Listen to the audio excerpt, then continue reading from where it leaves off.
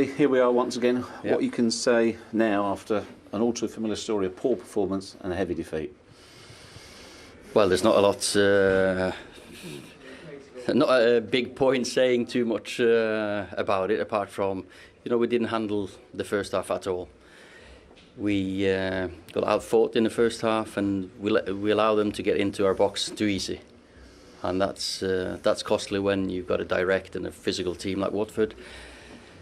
That part of it would never got on the ball either. Second half is so much better. I think we create 4, 5, 6 big chances. So if we give ourselves a mountain to climb, you just can't catch 2 goals in the Premier League. Could you believe how poor you were in the first half? David De Gea said to us it was embarrassing. Yeah, first half was very, very poor, and we need to get the players in a better frame of mind to start the game, because second half, when it seems like they've got nothing to lose, they're playing well. They play well second half. So I mean, you've come off of awful results. Yeah. Why weren't the players in the right frame of mind? Well, what's wrong there?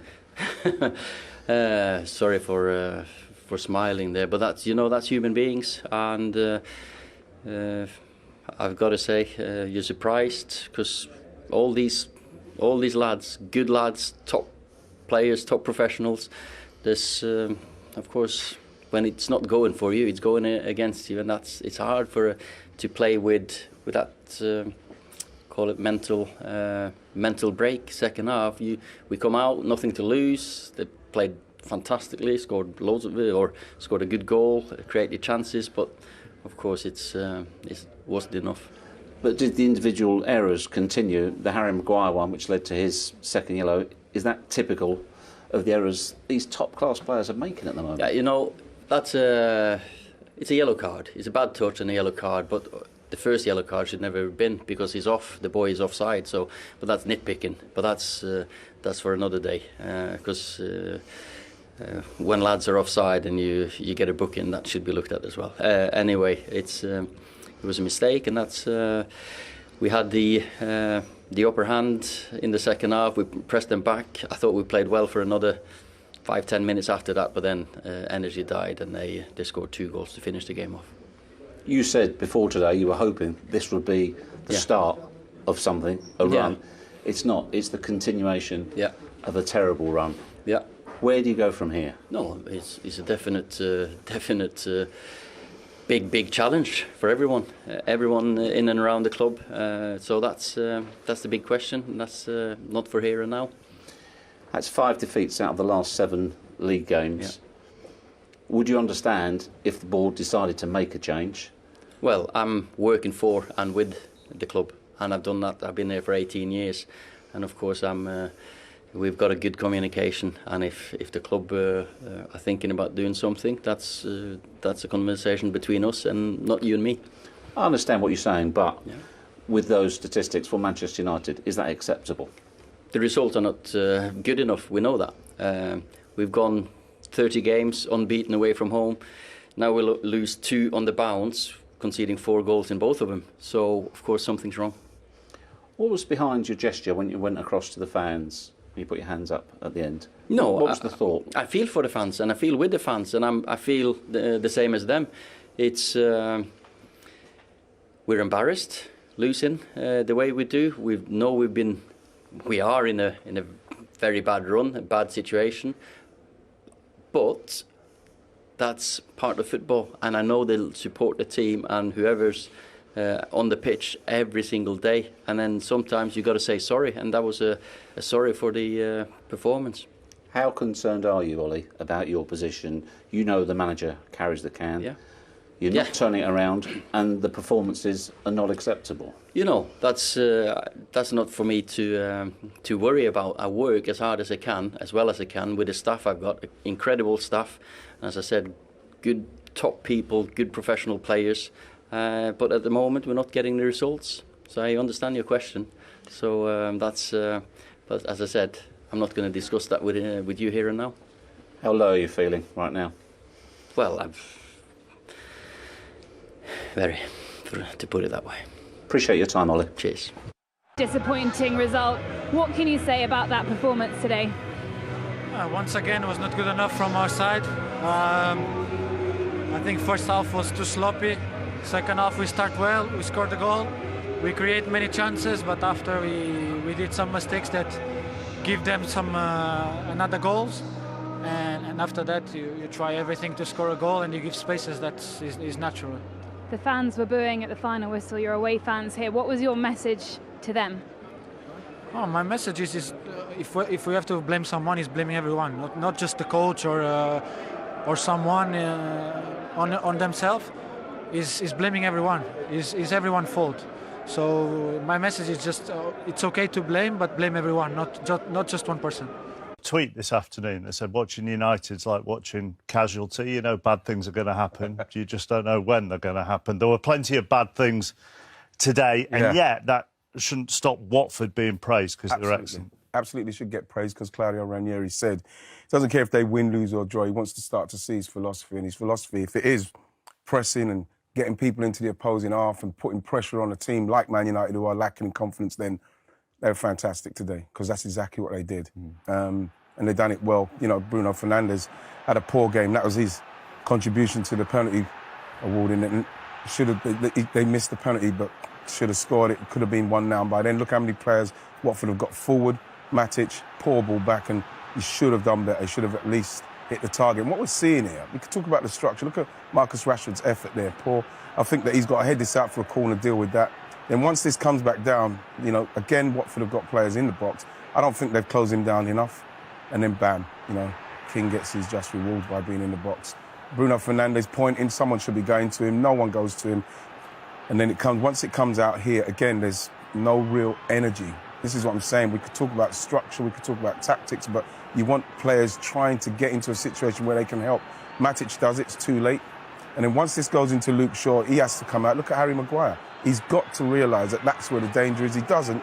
Sarr finishes it brilliantly. Again, now, this is the kind of game he is having. It's the kind of season he's having. He's having a poor game, he's having a poor season. Tom Cleverley was brilliant today. 2 yellows in 7 minutes. Yeah. Tom Cleverley, like I say, brilliant today. Anthony Martial, poor touch, nice back heel. But then once this ball comes through to him here, I'm looking at Lindelof, and he's more worried about giving away a penalty than actually getting in a challenge, stopping them. Look at this from Matic. This isn't nothing to do with coaching. This is just a player that should be just heading that ball. Doesn't head it, bounces. Once he gets in here, you know, bang. It's a good finish. You've got to give him that. But honestly, it's embarrassing. Yeah. All sorts of rumours swirling around tonight of emergency board meetings, discussions on Solskjaer's future. If you look at the end of the game here, and Solskjaer going to the Manchester United fans, holding up his hands in terms of an apology. Yep. Bruno Fernandes then stands behind him and basically says to the fans who are giving him a mixed reaction, this is on us, the players. So for us now, don't focus on Solskjaer, focus on the players. David De Gea, in our interview there, went, we don't know how to defend and we don't know what to do with the ball. Wow. Well, that's pretty embarrassing, I think, from Bruno Fernandes, because they've got the chance to save the manager's back in the performance they put in. So for him to say, don't blame the manager, blame all the players, absolutely they should do the players, because it's quite clear from their attitude, from their performance, the players don't want the manager. They've stopped running for the manager. They've lost respect for the manager. And when you have a player coming out saying they didn't know what to do with the ball, well, that does lie at the manager's feet, because that's no plan, no tactics. But the players can go out, the players can run around, they can have effort, they can have attitude, and they had none of that. So that tells you what they think of the manager. I mean, there are several things there. If you're on hundreds of thousands of pounds a week, should you not have respect for yourself and respect for the fans, whatever you think of the manager? Yeah, absolutely. But that's not the first time we've seen players stop running for managers, and it won't be the last time.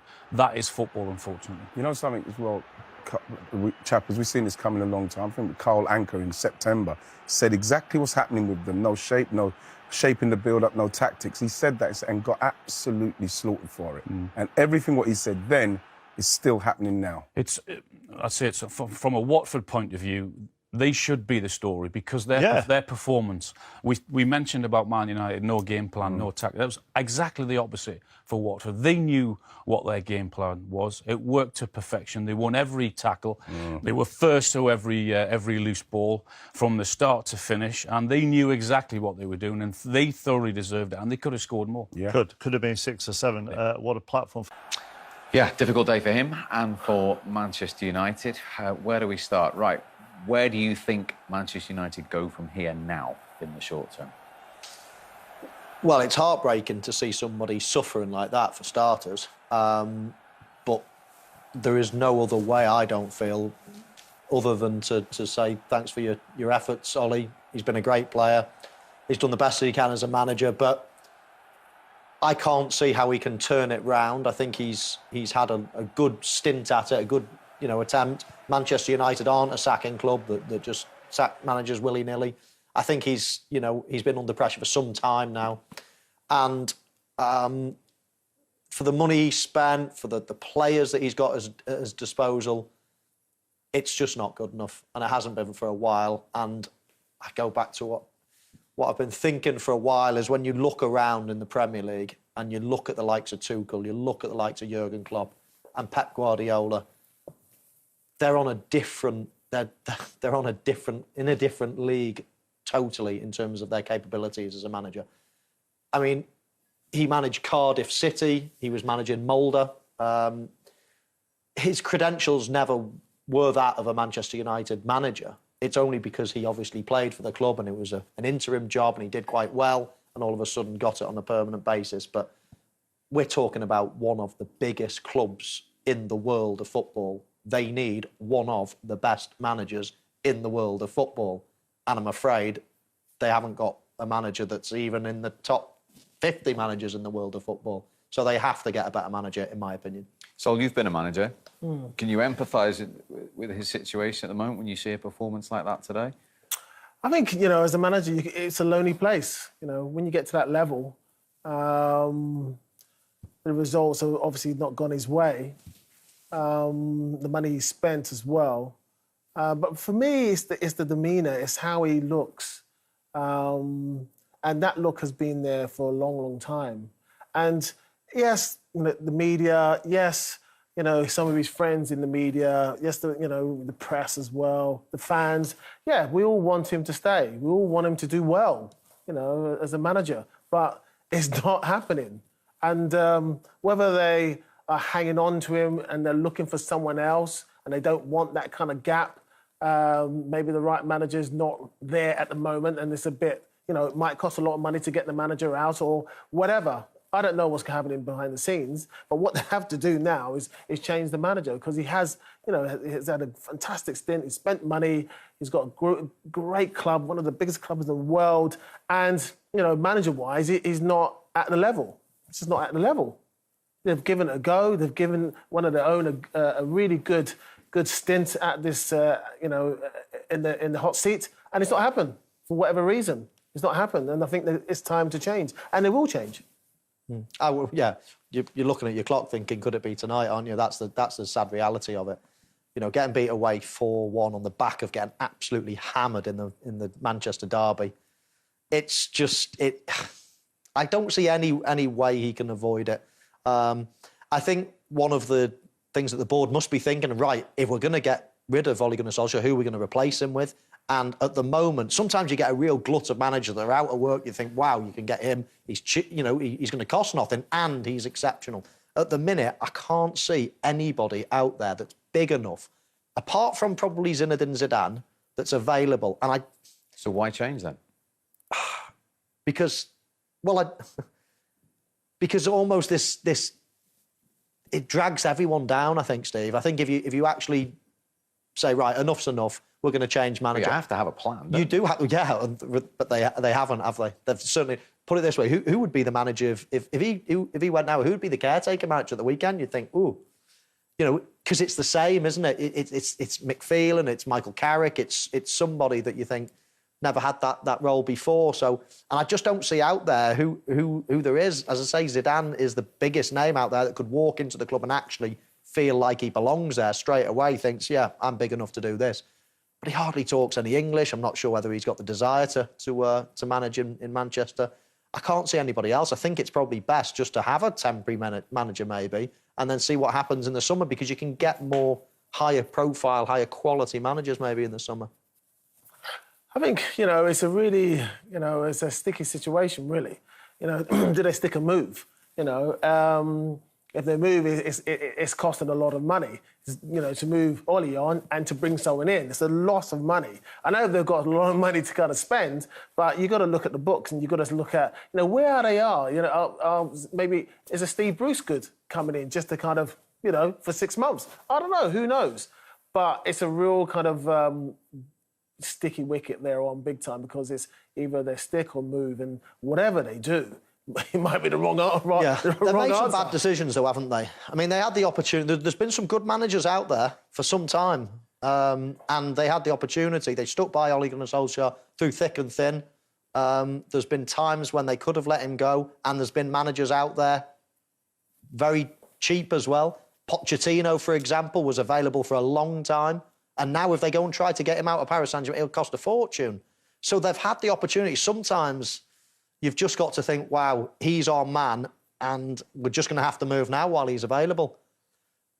And they've had that opportunity. So they've made some poor decisions over time as well. And if you go back, since Sir Alex Ferguson, I mean, they've had some of the biggest names around, and even they couldn't turn it round. So it's a difficult one at the minute. But I keep going back to it thinking, how hard can it be when you've got that quality of player? Well, how hard can it be to do better than what they're doing? David De Gea and Bruno Fernandes both said there. I mean, you're both talking about changing the manager.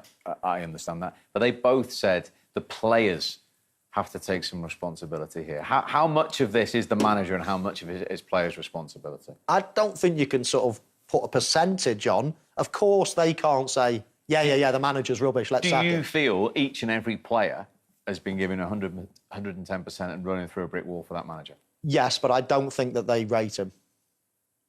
And I think they like him. In fact, I know they like him. And I know there's a few players that just don't think he's a very good manager. So when you've got that, yes, you've got respect for him, but,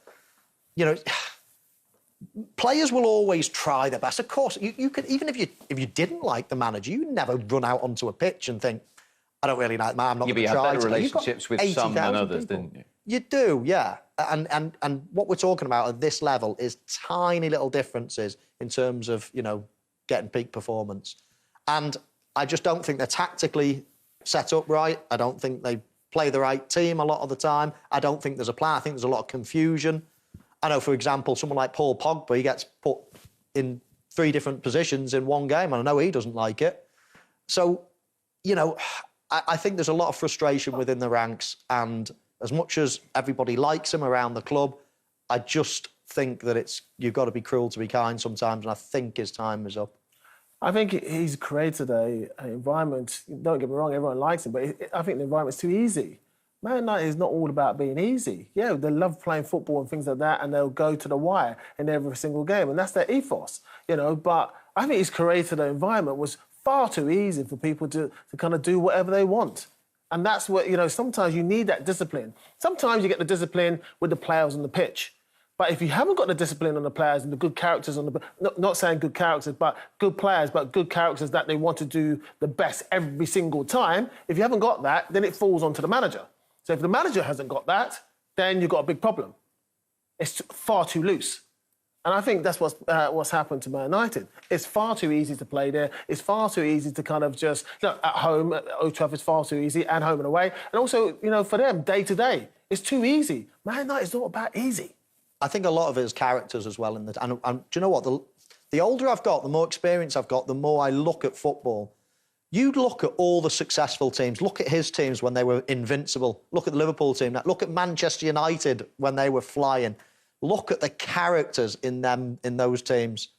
They are almost brutal. It is almost like if you make one little mistake, you dread going into the dressing room. Imagine Roy Keane and Pallister and Bruce and Owen and Ince and Keane and all of these people. I mean, Mark Hughes, Cantona, Schmeichel. They're animals. They're, you're just not messing. And they're dragging a performance out of anybody.